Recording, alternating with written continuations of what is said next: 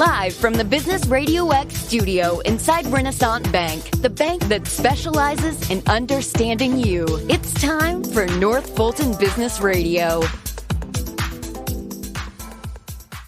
And hello again, everyone. Welcome to another edition of North Fulton Business Radio.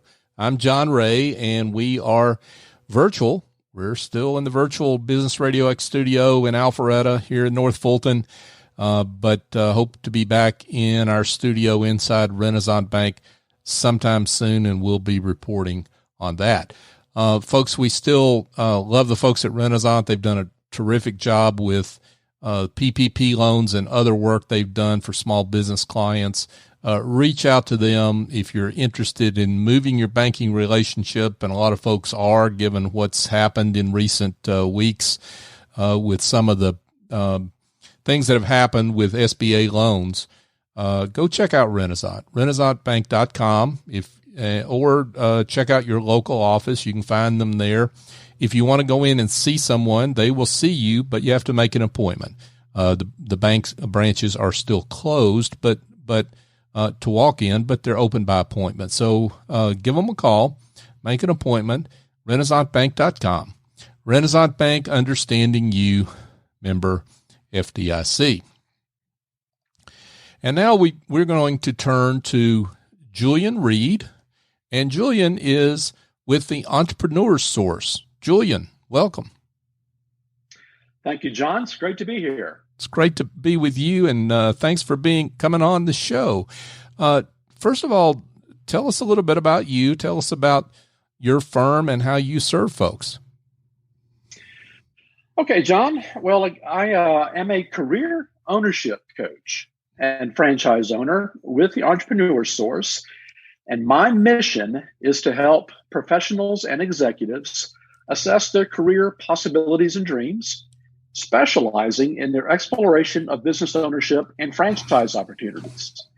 So how do I do that? Well, it begins with a process, and I have a no-cost coaching approach, much like an executive recruiter, and I take my clients on a journey of self-discovery.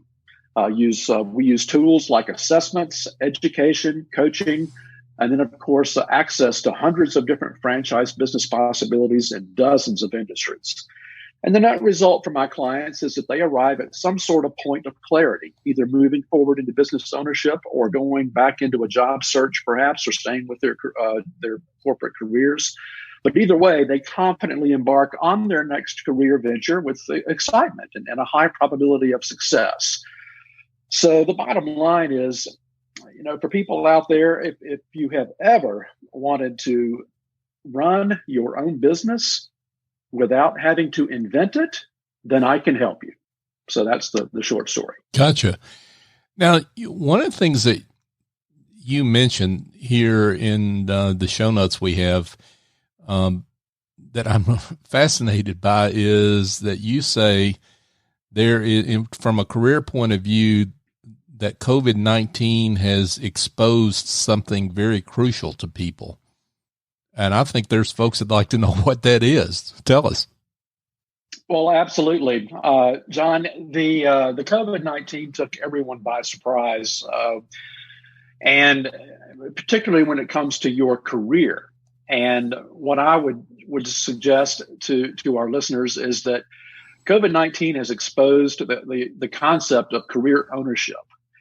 And if you have found yourself furloughed or laid off or downsized, or perhaps as part of a merger or acquisition, for whatever reason, you find yourself without work or a very uncertain future at this time, you likely got there not by your own choice. I met with 4 clients, new clients yesterday. 3 of them, again, are currently unemployed, not by their own choice.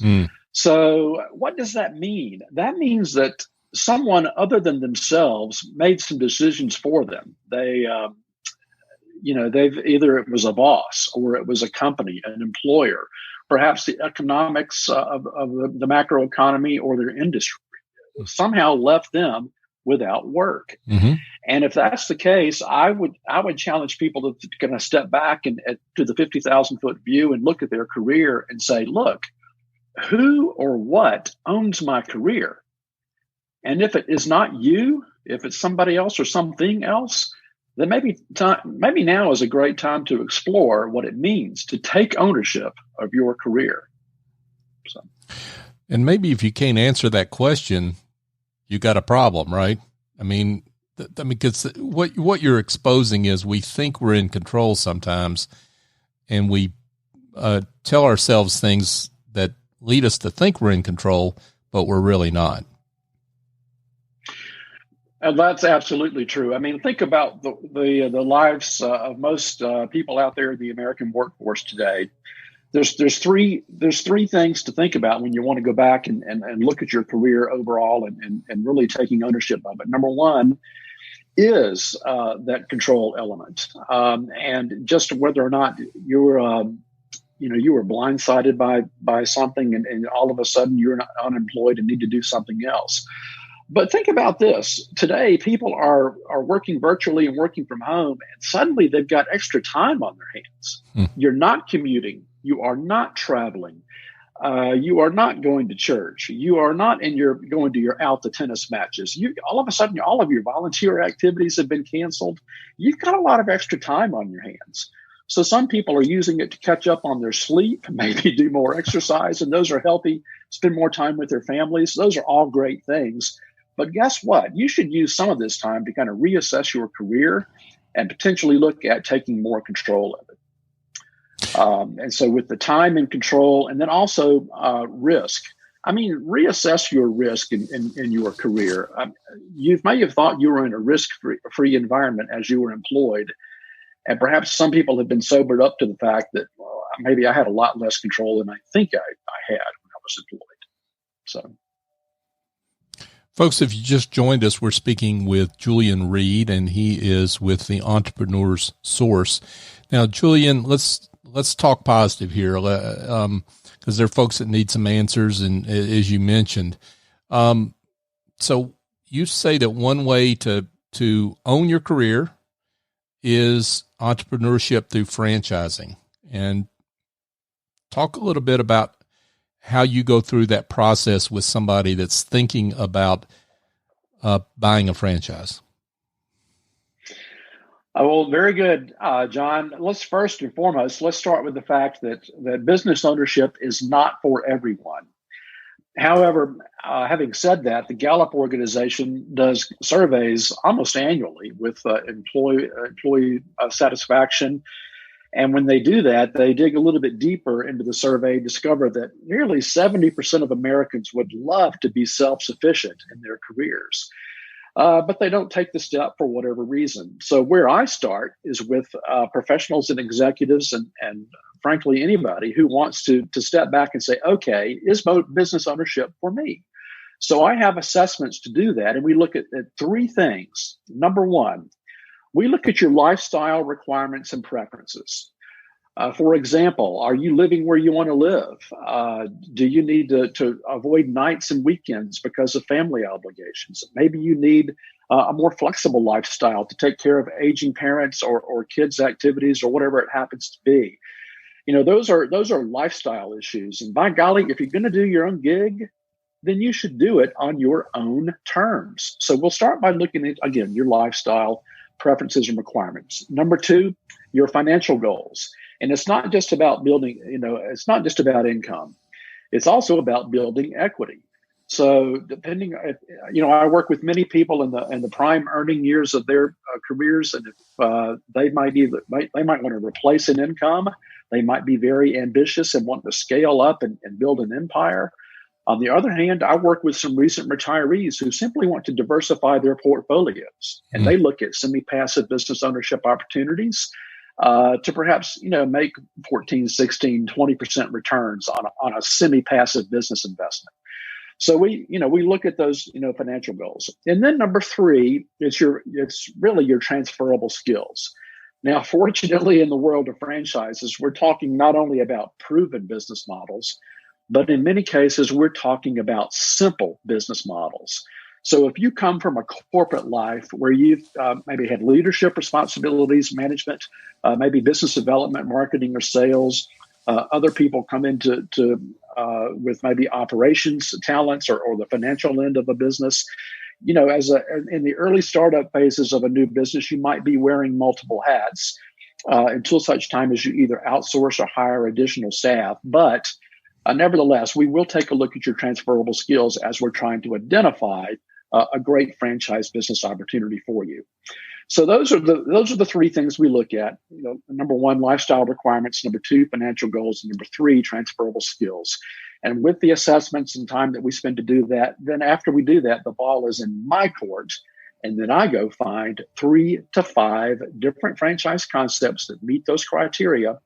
And then you go on a deep dive exploration directly with those franchisors to learn their business models. And then in a very natural fashion, some will kind of sink to the bottom, some will rise to the top. And if you're enamored enough with one to go into business there, that's exactly what you do. But by the same token, if you get into this a little bit and you decide, I thought I wanted to be a business owner, but maybe not, then that's fine too. Then our process stops and those folks go back into their corporate careers or their job search and things go from there. So that's kind of a long answer, but I hope that's helpful. Well, it is helpful. And part of that I'd like to touch on before we get into those that want to go on and make the next step. You have a process that's important for folks that maybe think they want to do it, but after going through the kind of process you talked about, they find out, business ownership really isn't for me because I've learned a lot about myself and maybe just the problems of owning a business that I didn't think of. And that's a really important service that you offer people. Yeah, I believe it is. Self-assessment, sometimes we just don't take enough time to, and certainly with our careers, to kind of step back and say, okay, what is my career path? Where do I want to be in 5 years? Where do I want to be in 10 years? For that matter, where do I want to be in 1 year? And our process is pretty efficient, but nevertheless effective in helping you identify some of those goals. I mean, those are some of our assessment steps on the very front end of the process. So again, if people aren't cut out for business, we can kind of help them and say, well, at least I explored that. At least I looked into it. And perhaps I'm not cut out for business ownership, but you'd be surprised. Many more people have the skill sets and the abilities to run their own business. They just don't move forward for whatever reason, but find themselves sometimes unhappy in their current jobs, and they stay there for years. So our challenge to professionals and executives and others is to, step back and do an assessment and just explore what the possibilities are before you say no. Folks, if you just joined us, we're speaking with Julian Reid, and he's with the Entrepreneur Source. So, Julian, for those that go forward, you sometimes, given that process, uncover opportunities and maybe proclivities that they have for a particular business that had nothing to do with functionally with maybe the company they came from, right? That's absolutely true, John. The Entrepreneur Source as a franchise this is our 36th year, and there's about 140 coaches like me around the country. Mm-hmm. And if you look at our history, I mean, we've literally helped thousands of people get into successful franchise business ownership. And the things that the number that really surprises people is that 95% of our clients over that 36 years go into businesses that they would not have gone into had we not shared it with them. Mm-hmm. And in many times it's in some vertical industry that they have no history in. And what does that say? That says that, running a business is not necessarily about running a particular craft or a particular skill or a particular profession or even a vertical industry. It's about leadership and management. And then if you need help along the way, then you hire to those skills or outsource to those skills to kind of help you along the way. But leadership and management would be the two, most important things to kind of look at when you're going to run your own business. I know this is a broad question, so pardon me for that, but who are generally the best candidates for franchise business ownership? Well, that's a great question. Let me start by sharing with you, first of all, who are some of the kinds of people that I work with. And I always tell people, John, I work with Fred, F-R-E-D, Fred. It's an acronym. The F is for people who are frustrated. They are frustrated with their boss, their company, their industry, their paycheck, their travel, their coworkers, their customers. They are just their hours. They're just frustrated. Mm-hmm. And I work with many people that kind of get to the end of their rope. And so those are some of the candidates that I actually work with. Mm-hmm. Then there are, the R is retired recently. A lot of people, again, I had this funny story. I was meeting with a UPS executive late last fall who had just retired. And he said, Julian, I tried to play golf 8 hours a day. I just can't do it. So he said, look, I don't want to go back and work 40, 50 hours a week anymore, but I do want to kind of dabble or maybe hire a young person and mentor that person to manage or run my business, maybe on a semi-absentee basis. Mm-hmm. So I worked with him that way. And again, it's to diversify his portfolio. Business returns can be a good diversification of your retirement portfolio. So I do work with people who are recently retired. And that includes people that are transitioning from a military career. The E in Fred is for entrepreneurial. And these may be people who either have taken an entrepreneurial step in their careers in the past, or they just have an entrepreneurial spirit. And maybe they've never acted on it, and now is the time to do that. So I certainly work with those folks. And the D in Fred is people who have been downsized. And certainly during the COVID-19, you've seen the staggering, stunning numbers of newly unemployed. So I met with 4 people yesterday that are in that realm of being unemployed, and they're now wanting to look at business ownership as a result of their being downsized. So that's the acronym FRED in terms of typically who I work with.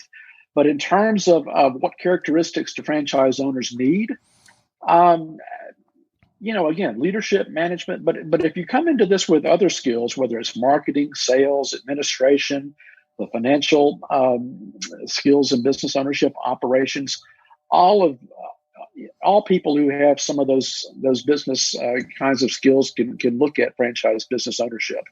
And it's not about the industry that you come from. You do need to be a little bit able and willing to follow a system. Granted, a franchise is nothing if it's not, processes and systems. And so if you can follow a proven system, then, a maverick may not be the best person to be a franchise owner. But if you can follow a system that has, key performance indicators, and here's what to do and how much to do, sometimes the secret to successful business is not just knowing what to do, it's knowing what not to do and what mistakes to avoid. And those are the things that a franchise system can do for you. But you need to be able to, as Gerber said, a franchise owner and a business owner needs to be working on the business, not in the business. So you do need to be able to kind of see the big picture and see yourself as a business owner working on it and not so much in it as a technician or a worker. And then, of course,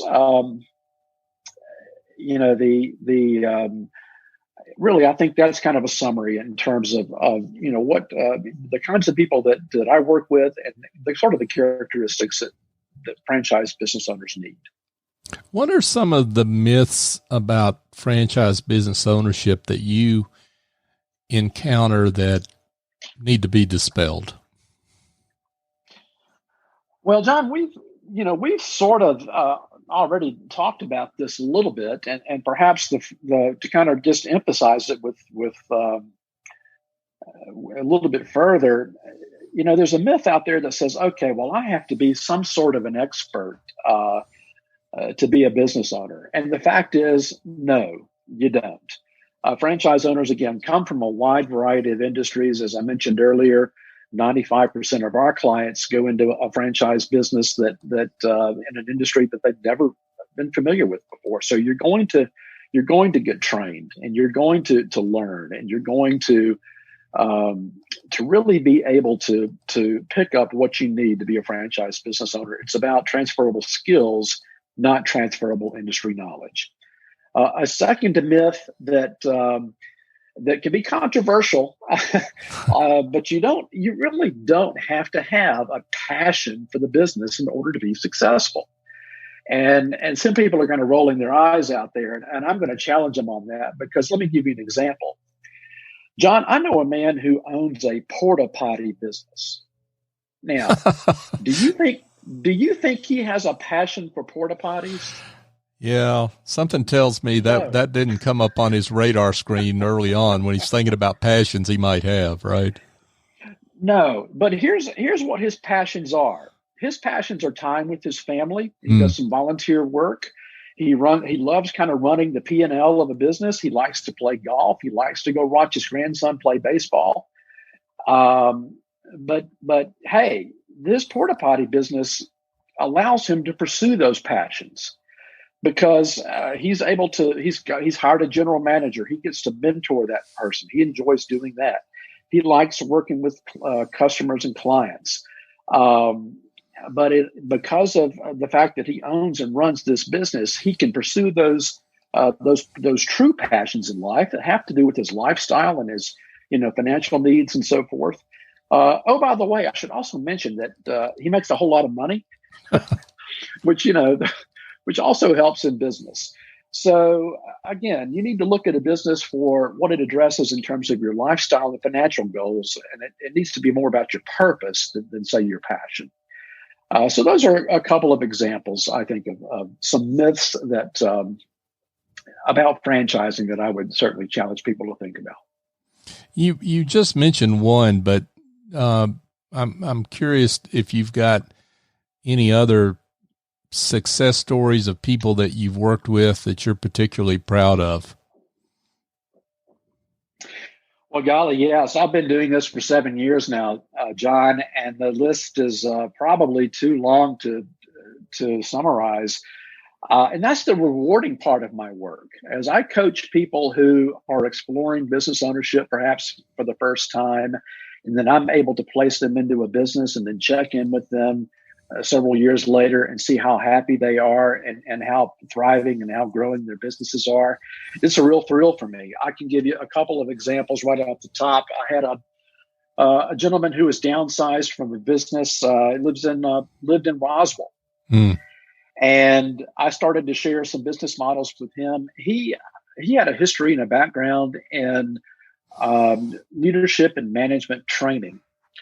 And interestingly enough, he left that. He went into the IT world, spent 15 to 20 years there, and then he was downsized. But when I started to show him some business models, he became very enamored with a franchise that was in that space of leadership and training management, a B2B, a business-to-business type of franchise. And we started exploring that, and he looked at it and he said, you know what? This isn't enough. They want to give me a territory here in North Fulton County, and that's not enough. So he looked at, he bought the area development rights for all of Southern California, wow, which was a huge, huge investment for him. He sold this house in Roswell. He moved to San Diego. And here we are 4 years later, and he's built an empire out there of leadership and management coaches kind of underneath his area development umbrella. Mm-hmm.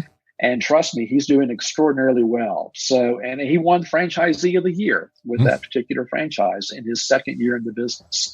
And I can tell you, he's just absolutely, killing it with a huge business out there.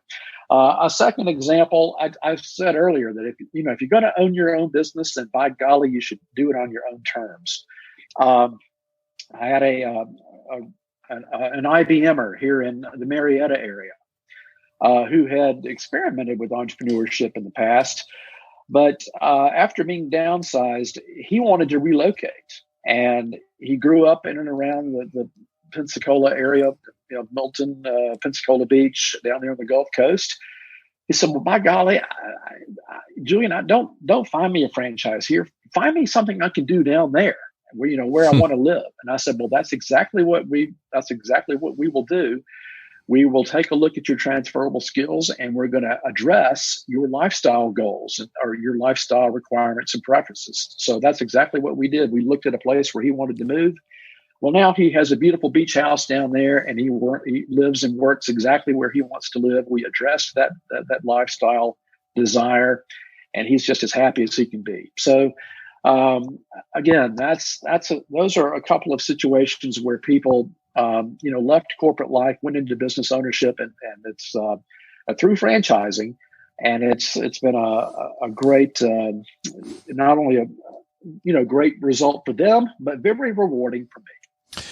And those are two great examples, and your man with the porta potty business is a third, where all three of these individuals ended up in a place where they didn't think they would go. And it was all successful thanks to your intervention and your coaching and your help along the way, just highlighting the importance of getting someone to walk with you as you go through this process. Yeah. Again, it's a very methodical, yet it's efficient and yet effective process. And as people start down their discovery of evaluating these various business models, and in many cases, since I'm giving them 3 to 5 to look at simultaneously, they can compare and contrast. And my fellow coaches and I laugh at each other all the time because we'll try to predict, and we might think we know which direction our clients are going to go based on the diversity of the franchise business models that we have shown them. Mm-hmm. And they surprise us every time. We because they discover themselves that they thought they knew their criteria and their preferences and so forth early on. And as they start to learn some of these very interesting business models, they surprise themselves at how they might change or tweak their own priorities or their own criteria. Mm. And guess what? The spouse has a part to play in that as well. Mm-hmm. Their spouse might say, well, come up with some of these ideas if we do this, then we can do that. And maybe that has to do with again, relocating or more family flexibility or whatever it happens to be. Mm-hmm. But again, I oftentimes, it's rare that I don't engage the spouse in the middle of our process in terms of looking at this, because guess what? Even if the spouse is not going to be involved in running the business, this is a family change. And so the spouse should most certainly be involved. For sure. A wise spouse that gets their significant other involved, right? For sure. So, Julian, this has been great. Lots of questions I could ask and lots of questions I'm sure folks might have. And if they would like to reach out and get in touch with you to ask those questions, how can they do that? John, I would suggest that people connect with me on LinkedIn. And if you're familiar with how to get to someone's LinkedIn profile, it's just linkedin.com/ and then IN, and then another slash. And then in my case, it's just my name, Julian Reid. That's Julian. And then Reid, my last name is Reid. Mm-hmm. So you can Google me or just go to LinkedIn. It's Julian Reid and connect with me there. There's a number of first and foremost, I've got several dozen recommendations from my past clients there. You can review those and get an idea of get a vision of how I've been able to help people get into business ownership. But there's also links to my various websites, including a couple of free assessments that I have there. And again, all of my services are free, and it's a no-cost coaching approach that I take with clients that want to go through this. Because again, I work much like an executive recruiter in that sense. I'm compensated by a third party, just like an executive recruiter. So if people do want to explore this, they can do that, again, in a no-risk, safe space. And I'm happy to work with those who are also on parallel tracks with the job search. Mm-hmm. So you can meet with recruiters, go through your job search, and on a parallel track, I'm happy to help you explore this whole idea of business ownership through franchising. But again, the place to start, my LinkedIn profile at Julian Reid, again, JulianReid, Julian Reid. Julian Reid with the Entrepreneur Source. Julian, thanks for being with us. Thank you, John. Have a great day. Thank you. So, folks, just a quick reminder that if you've got some business frustrations that involve administrative tasks or your books are a mess, you've got some marketing help you need, well, I've got an answer for you, and it involves a angel that will fly in, get the job done, and fly out. And they're at Office Angels. S.E. Escobedo over there is the chief executive angel.